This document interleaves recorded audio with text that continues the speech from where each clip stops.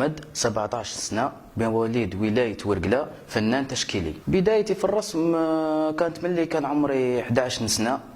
كنت يعني نحب الرسم، كنت أي حاجة نلقاها نرسم فيها، سواء حيط سواء خزانة سواء أي حاجة.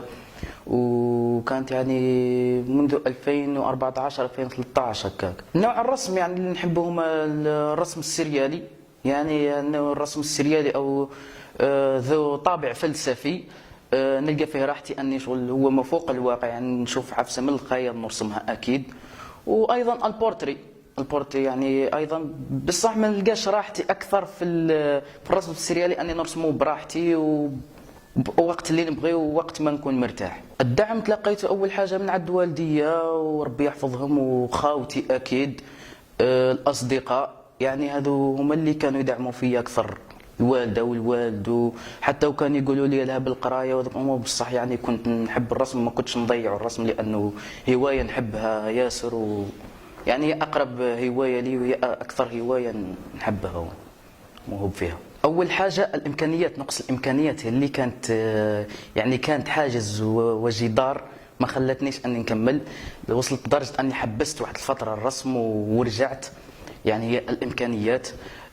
ايضا نقص الدعم يعني بعض الاشخاص، يعني يقول لك انه الرسم ما فيش فائده، انك تقدم في حاجه تافهه. بصح العكس، هو يعني الرسم هو حاجه انك تلقى فيها راحتك، يعني تفرغ فيها لابريسيو هذيك، يعني حاجه مليحه. وانا ما سمعت لهمش، يعني كملت في الهوايه تاعي والحمد لله طورت وما زال ان شاء الله نزيد نطور اكثر واكثر. من ناحيه المشاركات، شاركت في صالون واحد واللي هو دار الثقافه، وعام 2020 هذا العام. وما زال ان شاء الله مشاركات عديده ونشارك فيها ان شاء الله، واللي فيها الخير ان شاء الله. الطموحات بعيدا عن الرسم ان شاء الله، اني اول حاجه اني نوصل وين حاب ان شاء الله، نكمل القرايه في مجال الترجمه في اللغه الالمانيه والانجليزيه. اما بالنسبه للرسم، اني اتمنى اني نكمل به بعيد ونوصل اني شغل نخدم به الهندسه المعماريه الى اخره. وايضا هناك عده مشاريع يعني في راسي ان شاء الله، ماذا بيا نوصل لها، وان شاء الله نلحق وين رانا حابين. واقع مهمش، واقع الرسامين في الجزائر مهمش جدا.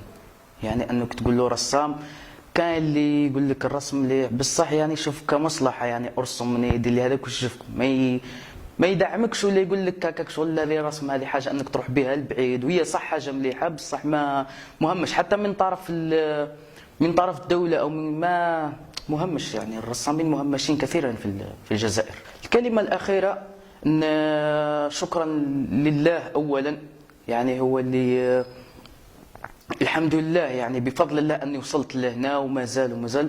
ايضا الشكر للوالدين والاخوه والاصدقاء والعائله ايضا.